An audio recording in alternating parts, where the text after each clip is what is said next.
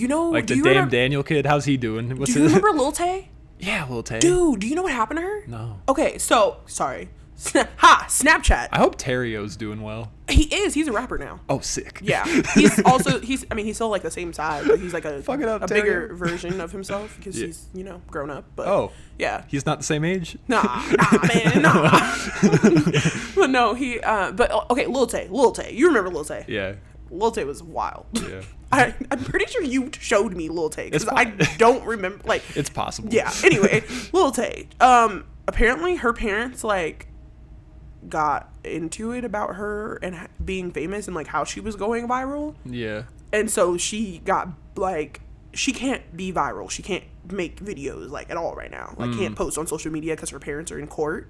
Oh. And fighting over how she's gonna get to be famous. That's literally what her parents are fighting about in court.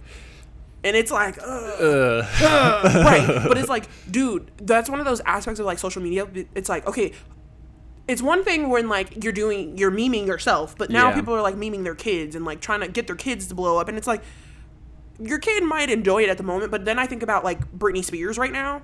And that's oh, she's not good. Exactly. And it's there are kids right now that are being watched at that same level as far as social media is watching them. They now have paparazzi in their little kids. Have you seen Britney Spears on Instagram? I'm very You see worried how she's talking like a baby? She's going through a lot. You see that? Yeah. Yeah. Dude, I posted her on my Snapchat because I was actually concerned. I used to love Britney Spears as a kid, everyone. When I think of the year 2002, I think Pepsi and Britney Spears. Britney. That was Britney's year. And NSYNC. Honestly. But it's I remember I was on Snapchat. I love Snapchat, guys. I really do. So I was on Snapchat and her Snapchat popped up and I just was oh my gosh, it's Britney Spears. What's she doing with her life today?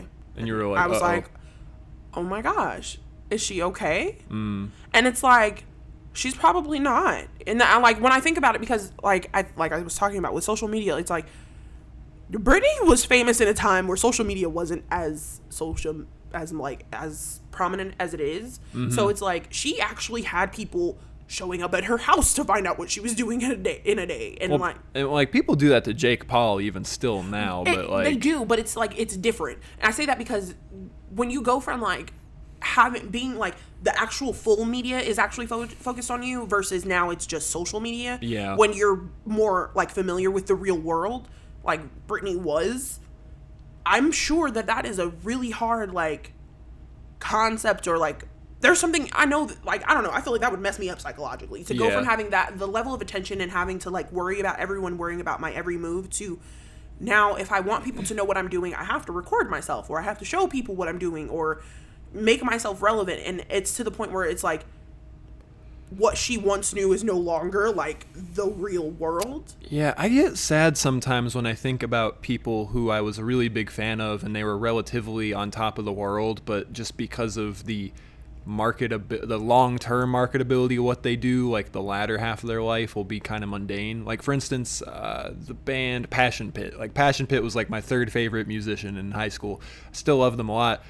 That dude's probably in his 40s or so, and in theory he could just do some breakout album that's crazy the way Arctic Monkeys kind of did later in their career, but more likely than not, it's Passion Pit might just not be a thing for the rest of his life. So then it's these people that have experienced ultimate stardom, success, touring around, people loving them. It seems kind of scary being a level of artist where you get used to the highest a high you could get besides going to Kanye lengths, and then living the second half of your life. We've had that conversation of when I remember a long time ago you were would you ever do music serious? And I was I don't know, because I'm really scared of being famous. I really mean that because I cannot that would fuck my head up.